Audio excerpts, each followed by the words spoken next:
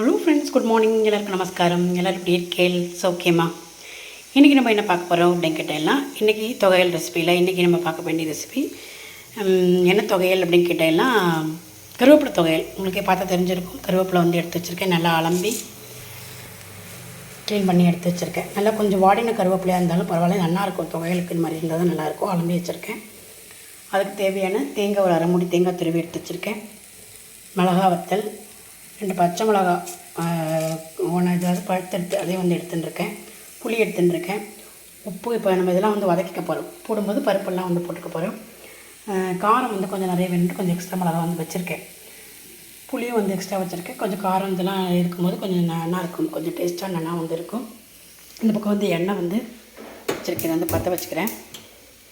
எண்ணெய் காயட்டும், ஒன்று நம்ம போட்டு வதக்கிப்போம். இது வந்து பார்த்திங்கன்னா நீங்கள் ஸ்கூல் லஞ்ச் பாக்ஸஸ் கூட கொடுத்து விடலாம். சாதமாக கூட கலந்து கூட கொடுக்கலாம். இதை அரைச்சி எடுத்துகிட்டு அதில் தனித்தனியாக கூட சாதம் இதுவும் தனித்தனியாக கூட கொடுக்கலாம். குழந்தைங்கள் அந்த நேரத்தில் கூட பிசைஞ்சு கூட சாப்பிட்ற மாதிரி அப்படி கூட கொடுக்கலாம். இல்லைனா நீங்கள் கலந்தும் வந்து கொடுக்கலாம். இப்போ இன்றைக்கி வந்து பார்த்திங்கன்னா கருவேப்பிலை தொகையல் தான் வந்து நம்ம வந்து பார்க்க போகிறோம். இப்போ எண்ணெய் வந்து காயட்டும், ஒன்று ஒன்றா அதை வதக்கிக்கிறேன்.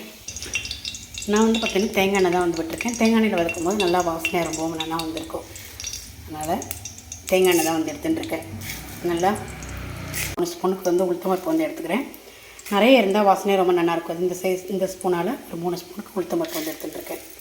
கடலைப்பருப்பு ஒரு 2 ஸ்பூன் வந்து எடுத்துக்கிறேன். உளுத்தம்பருப்பு நிறைய இருந்தால் நல்லாயிருக்கும், கொஞ்சம் வாசனையாக வந்து எடுத்துகிட்ருக்கேன். 1/2 ஸ்பூனுக்கு ஜீரகம். பருப்பெல்லாம் கொஞ்சம் செவக்கட்டும்.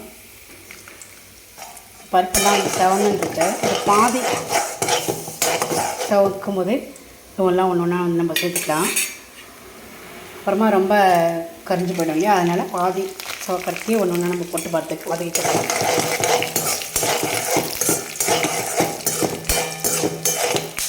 மிளகா வத்தல் போட்டுருக்கேன். பச்சை மிளகா பழுத்த மிளகாவும் போட்டுருக்கேன். சின்னதாக்கிட்டு வதக்கிக்கலாம். இப்போ நம்ம இந்த கருவேப்பிலை வந்து போட்டுக்கலாம். கருவேப்பிலை வந்து நல்லா வந்து காய வச்சுட்டு அலமினா காய வச்சுட்டு போட்டுக்கோங்க. இதில் போடும்போது கொஞ்சம் வெடிக்கும் அந்த மாதிரி. நான் வந்து பார்த்திங்கன்னா இப்போ உங்களுக்கு காட்டினவங்கனால நான் காய வைக்க டைம் இல்லை, அதனால் இதுவே அப்படி சேர்த்துக்கிறேன்.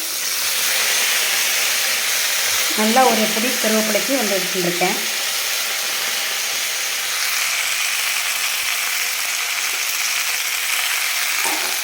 வதங்கும் போது நல்லா உங்களுக்கு வந்து சரியாயிடும்.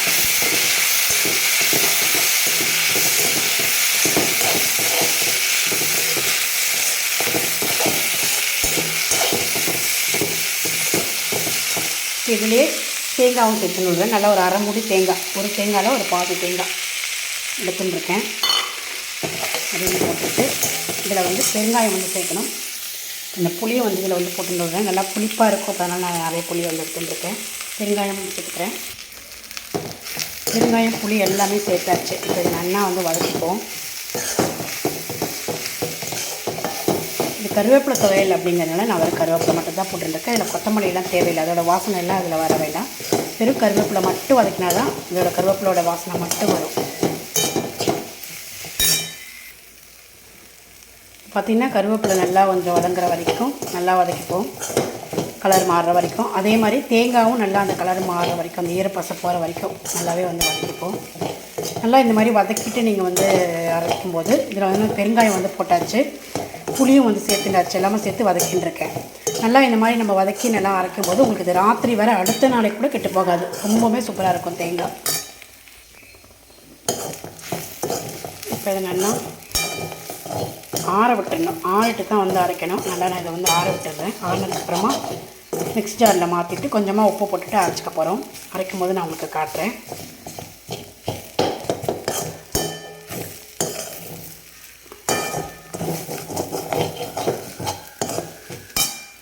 ஆறட்டும், பார்க்கலாம். இப்போ இது வந்து பார்த்திங்கன்னா நல்லாவே வந்து ஆறெடுத்து இதை ஒரு மிக்ஸி ஜாரில் நான் வந்து மாற்றிட்டு கொஞ்சமாக உப்பு போட்டுட்டு அரைச்சிட்டு வரேன். அரைச்சிட்டு வந்துட்டு காட்டுறேன் உங்களுக்கு.